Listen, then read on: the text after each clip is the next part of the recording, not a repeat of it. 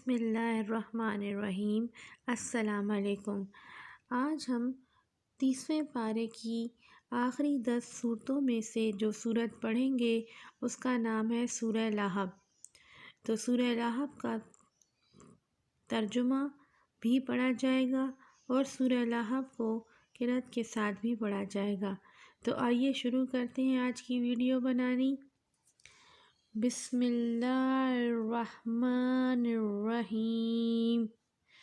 سورہ لہب مکہ میں نازل ہوئی، اس میں 5 آیتیں ہیں۔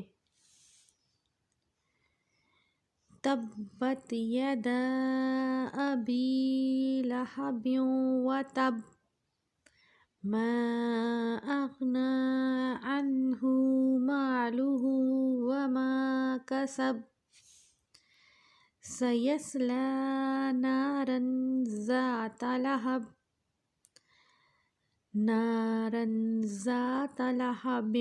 وامرأتہ حمالۃ الحطب فی جیدہا حبل من مسد۔ اب اس کا ترجمہ پڑھ لیتے ہیں۔ ابو لہب کے ہاتھ ٹوٹ جائیں اور وہ برباد ہو جائے، نہ اس کا مال اس کے کام آیا اور نہ اس کی کمائی۔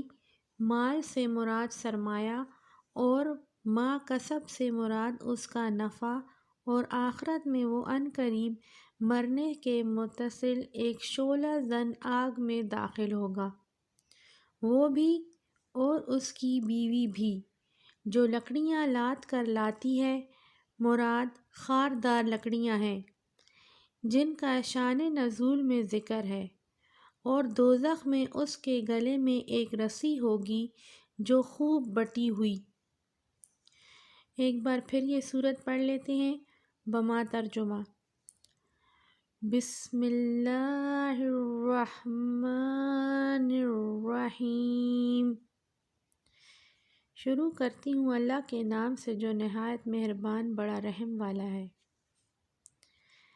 تبت یدا ابی لہب وتب ما اغنی عنہ مالہ وما کسب سیصلی نارا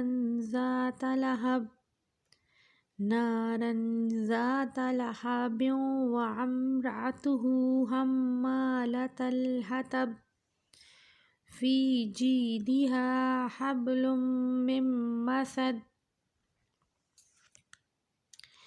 ابو لہب کے ہاتھ ٹوٹ جائیں اور وہ برباد ہو جائے، نہ اس کا مال اس کے کام آیا اور نہ اس کی کمائی۔